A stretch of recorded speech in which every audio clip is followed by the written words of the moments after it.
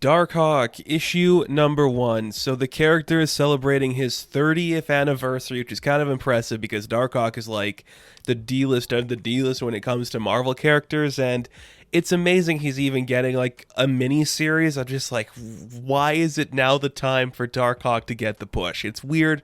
It's fascinating, and it's also from Kyle Higgins. And Kyle Higgins is kind of blowing up recently. He made Power Rangers cool for a bit there. He's doing Radiant Black. He's got a thing for these kids wearing these weird suits that have like alien power. I guess Darkhawk's the Marvel equivalent of those, so it makes sense. And if you haven't read the special that came out, I think a couple months ago, called Darkhawk, The Heart of the Hawk, basically that is a prelude to this miniseries. In that book, we see Chris Powell, who was the previous Darkhawk character, kind of like right off into the sunset in space, just stopping like this ultimate evil threat from, I think, just like exploding or something. Basically, it's setting up that he died, and it's giving us kind of like the Richard Rider, Sam Alexander treatment, where we're now passing the baton onto the next generation of human to be Darkhawk. And interesting stuff. Like, I know a lot of you out there probably haven't read a Darkhawk book because he hasn't really had an ongoing for, what is it, since like the early 2000s, I think. So he's not a character a lot of people know. Lucky for you, this book doesn't even focus on Chris Powell. Presumably he is dead right now. I don't think that's going to be the case, but it's a new Darkhawk. So we open up this book. We are in the Bronx. We're just seeing a basketball game at this high school. We are introduced to this character called Connor Young, and Connor is kind of like the star player of his basketball team. He's like, that big player in the city that everyone knows. Like if it's like a small town, that one football player that everyone's like, this kid's going to go far. That's Connor Young. He's that kid that everyone knows, everyone looks up to. He's like the biggest thing. He gets the game-winning goal at the basketball game. The reporters come up to talk to him. He's already got like a scholarship to go to a prestigious university. Like, this kid is set, and he's so excited about it. He's doing great. He's talking about like his best bud Derek. They're having a great time. We see in the locker room that the coach is really excited, and there's all celebrating Connor and his victory at this game. As the wrap-up starts to happen, we see that Connor just kind of like freezes up, like something happens to him. He's like standing still. He's sitting, he can't really move, and nobody knows what's going on. And this is kind of like leading us to believe, it's like the Darkhawk crystal kind of like summoning him or finding him. We'll get to that in a bit here. But it's just kind of an interesting thing to see that. So we see that, okay, something happened with him. They're going to head home. It seems like an accident happened at the school, so there's some police nearby. And we do see that the pretty much like the former star of like the high school that Connor goes to, I think his name's Sean Trella. He's just randomly showing up. He's got a couple of like guys there with him. This guy looks shady, like right from the beginning. This guy looks shady. He's kind of like, you feel the jealousy wearing off that Connor's kind of like the star pupil now, that he's just like getting all these opportunities to do things, but Sean has to like work at his dad's bar, and he can't really do anything about that. He can't really get anywhere. You just sense the tension between these two guys. It's not like apparent, but you just feel it, that there's something going on between these two.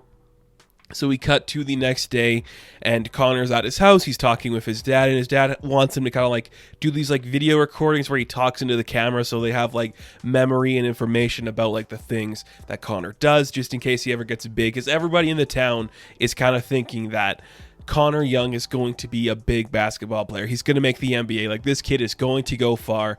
He's got a whole future ahead of him. Everyone's kind of excited for that. So his dad's just kind of making sure like he's okay. Like, the headaches that he's been having recently, are there still something that's a problem? But no, he's okay. He's thinking, I'm just going to go for a run, loosen up a bit, get into the feeling of things. And as Connor goes for his run, he has the tumble. Something happens to him. He falls down, and he bashes the corner of his head on the side of a curb. His eye starts to bleed. We take him to the hospital. And suddenly, the bad news comes a-flowing. We cut later to the day. We see that the coach is inside talking to Connor's father. Derek comes by because he wants to see his friend.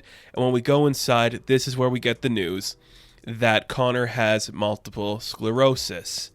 And basically, it literally just breaks everybody in the room. And it's kind of just like a bunch of people now trying to figure out, what are we to do here? What is the right thing?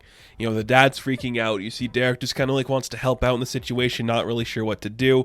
You just see Connor is just kind of like heartbroken. He's like, I'm going to lose the scholarship. I'm never going to play again. What team is going to want to have me if at any moment all my muscles could lock up and I won't be able to move? Like, I'm done for in this game. I will never play again. I will never be able to do this again.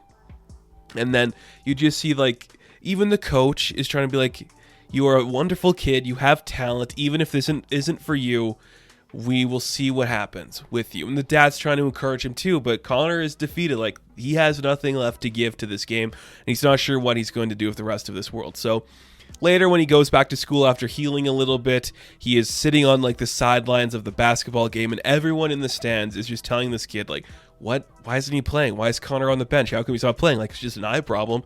Why can't he actually continue to play? And he runs out of the room, heads to the docks, because that's what you do when you're in New York, I guess. You just head to the docks for something. This kid's sad, and you see, like, he's doing the thing his father asked him, like, can you talk it to the camera, to have these moments where he's like, Dad, I have nothing left to give. I don't know what I'm doing with my life. Everything is just falling apart, and I love basketball, but I don't know what else to do.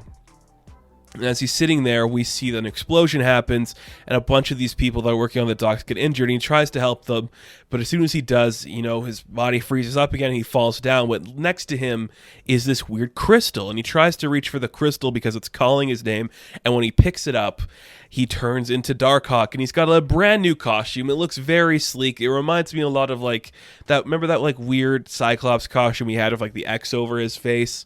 It's got that design to it. It looks really sleek and cool. I think it's pretty interesting. And we see, like, the wings come out. They're not like metallic or metal anymore. They're like these vibrant, like, pink hues that just emerge from his back, and very interesting stuff. So we save some of these workers, but we realize, like, these guys with, like, these plasma guns show up to rob some stuff.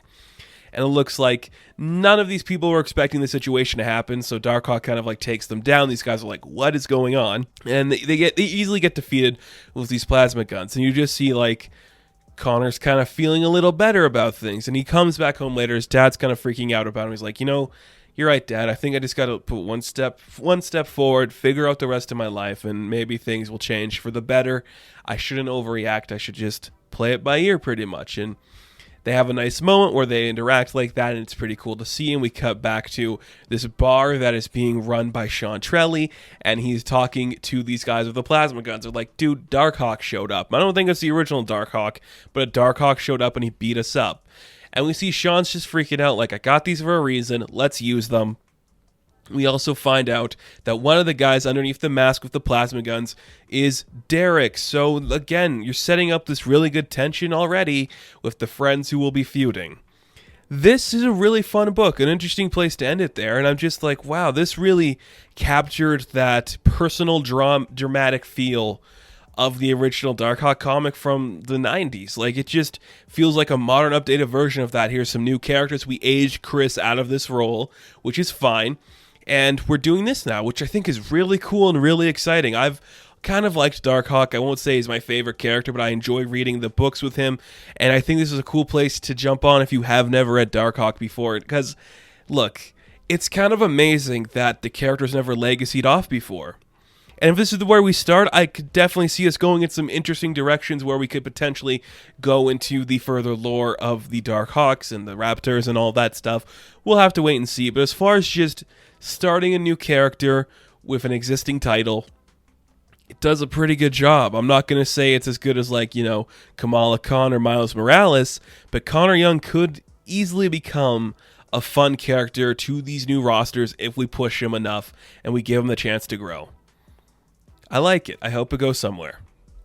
So, Darkhawk, issue number 1, I'm going to give an 8 out of 10.